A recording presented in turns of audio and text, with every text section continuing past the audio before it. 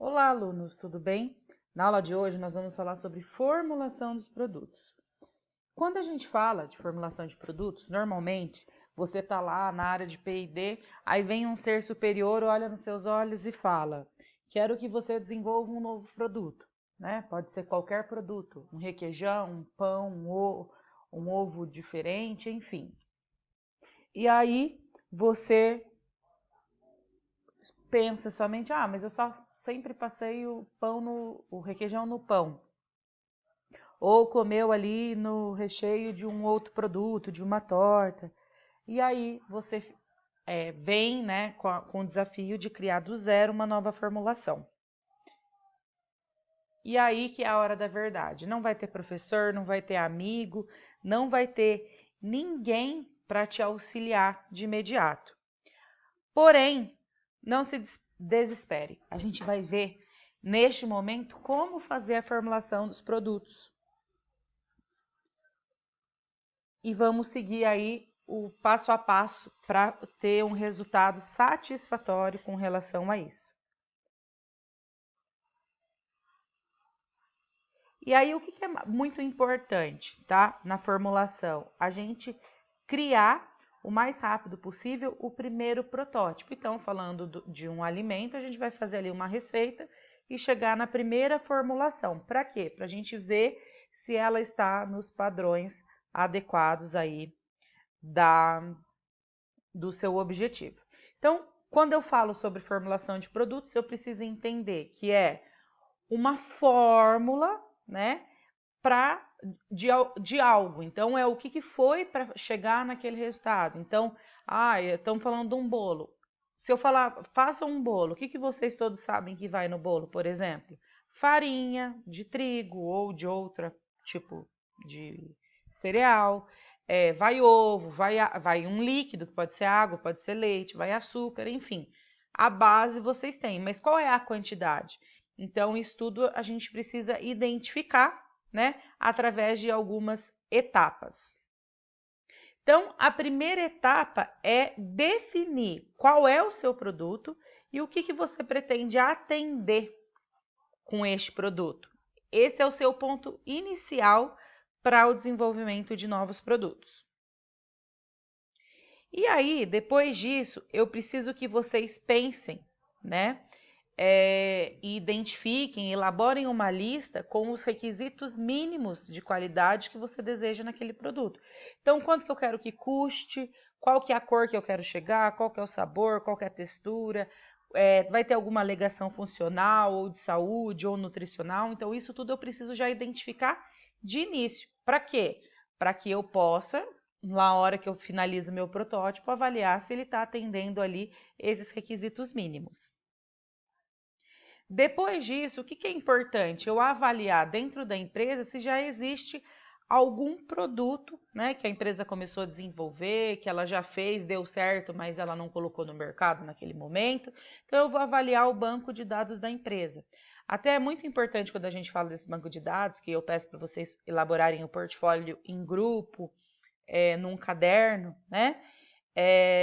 Para que todos tenham acesso a todo o passo a passo que vocês estão fazendo. Isso é muito interessante. Às vezes não tem de um requeijão na empresa, né? Vamos supor, o seu chefe quer que você faça um requeijão. Não tem esse requeijão, né? Mas tem um creme de queijo ali naquela indústria, um banco de dados, que deu quase certo. Então, o que você pode adaptar e tudo mais. Então, isso é muito importante a gente entender para eu conseguir seguir os novos passos.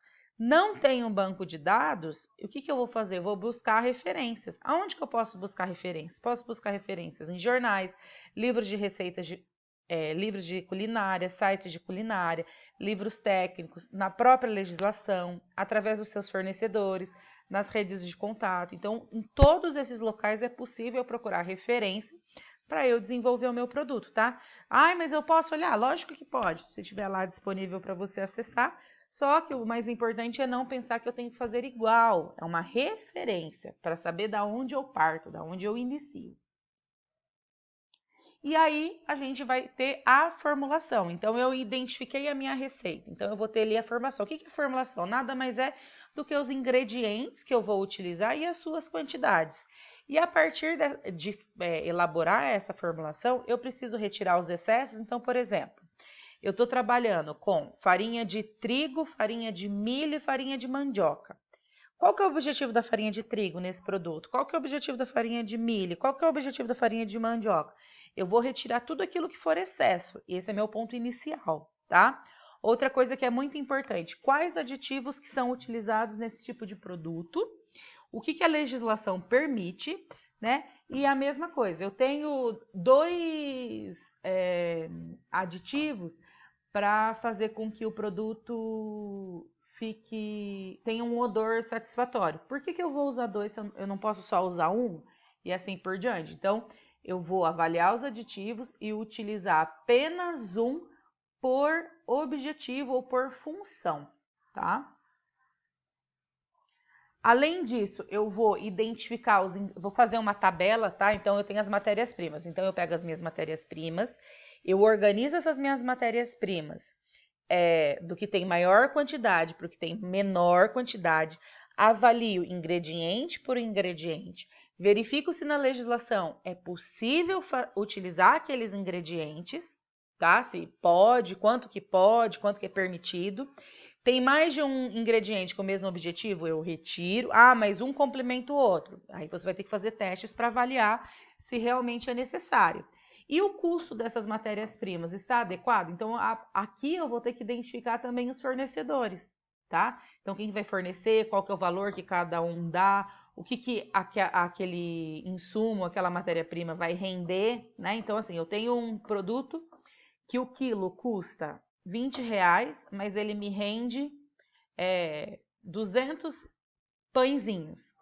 Mas eu tenho um outro produto que custa R$15, mas me rende 50 pãezinhos. O que vocês achariam que ia ser preferível? Óbvio que iria ser preferível que rende 200 pães, tá? Por quê? Porque por mais que ele é mais caro, mas se eu dividir 200 por 20, vai dar 10 centavos. Agora, se eu dividir 50 por 15, vai dar 35 centavos aproximado, tá? Conta por cima, vai dar um pouquinho menos. Tá? Então, isso tudo eu preciso avaliar e entender se esses ingredientes são os adequados, se eu consigo um com melhor qualidade e menor valor e assim por diante. E aí, eu vou fazer o quê? Eu vou testar. Então, a próxima etapa é o testar os meus produtos, tá? Onde que eu posso testar essa minha formulação? Em uma cozinha normal, que são os testes de bancada.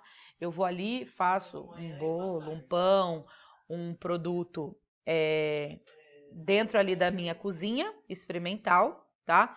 Depois disso, eu vou testar a formulação numa planta piloto, tá? Posso testar isso numa planta piloto. E a partir dele estar pronto, esse produto está de acordo com a minha lista dos requisitos mínimos, que foram aquelas características que eu estabeleci para o meu produto? Ele está de acordo com a legislação? Ah, precisa fazer uma alteração ou outra. Aí o que eu vou fazer? Eu vou fazer os ajustes, tá? Então não quer dizer que o que você fez acabou. Aí eu tenho os ajustes, eu tenho a receita ou a formulação inicial. E a partir disso, eu vou fazer os ajustes necessários, alinhando a formulação ao meu objetivo, tá? E uma coisa muito importante, a formulação não deve e nem precisa ser igual a de ninguém, tá? Então, lembre-se sempre disso quando vocês forem elaborar a formulação de um produto. Vocês podem modificar. Ah, naquela formulação usa açúcar cristal. Ah, eu vou usar açúcar mascavo. Ah, nessa formulação usa ovo in natura. Eu vou usar ovo pasteurizado. E assim por diante. Eu acho interessante eu não tenho esse domínio. E aí, a partir disso, eu vou fazer o quê? Eu vou apresentar, né, os produtos aos meus possíveis consumidores e vou avaliar, né, esses produtos para verificar se eles serão ou não aceitos pelo consumidor ou pelo meu possível consumidor, tá? Então, é bastante importante aí, quando eu faço desenvolvimento de novos produtos, trabalho com novas formulações, eu pensar, né, o que o consumidor espera. Eu não preciso fazer um teste gigante com 500 avaliadores, mas eu vou colocar ali para algumas pessoas provarem, para me responderem se aquilo tá bom, se não tá, o que precisa mudar ou o que não precisa mudar, tá?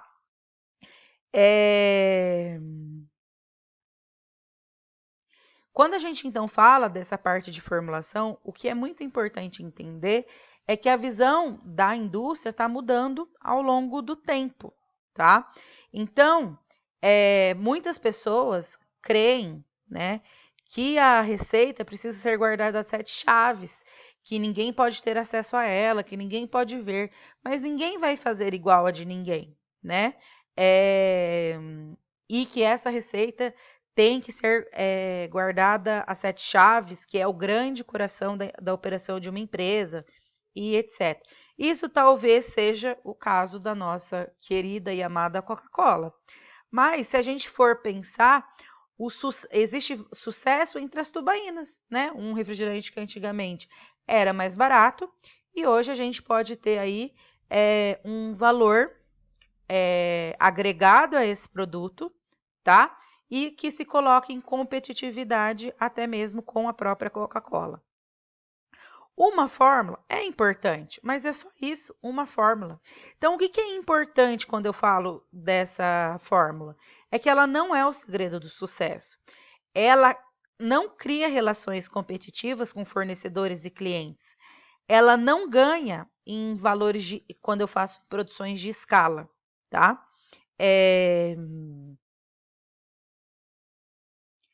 Uma fórmula não permite o acesso a um novo mercado, tá? Não é só o que eu quero que vocês entendam, não é só, a minha formulação é a melhor, ninguém pode ter acesso. O que eu quero dizer assim, não basta só a formulação, eu preciso de outras coisas a mais. Eu preciso agregar valor a esse meu produto, agregar valor a este meu processo, tá?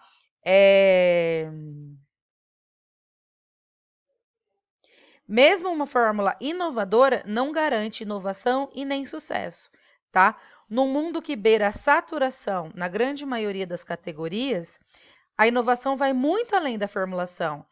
É um serviço aliado ao produto, tá? Na integração com a embalagem, com o atendimento dos requisitos não expressos pelo usuário, pela confiabilidade da marca, por a sensação de prazer que aquele produto vai gerar na vida da pessoa ou das pessoas.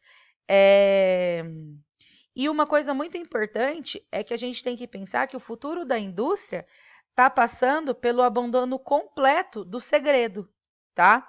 A partir de agora, esse sucesso vem com a visão de transparência. E a legislação tem buscado que as empresas, as indústrias sejam transparentes e escancarem o que elas estão colocando. Então, cada dia mais, a gente consegue identificar o que está ali naquele produto, qual que é a quantidade que foi utilizada, quais são os aditivos, coisa que antigamente a gente não conseguia.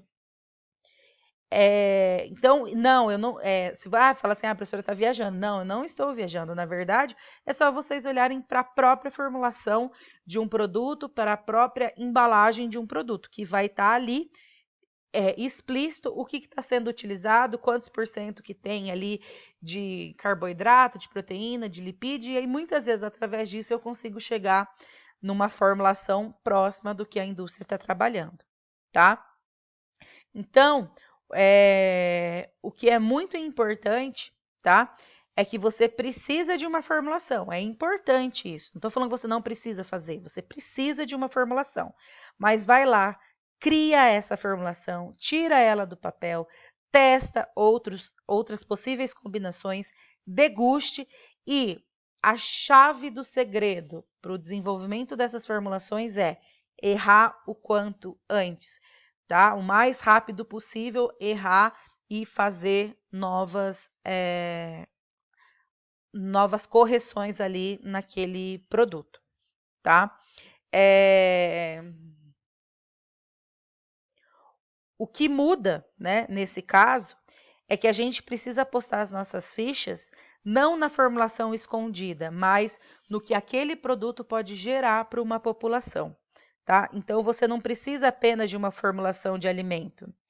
Você precisa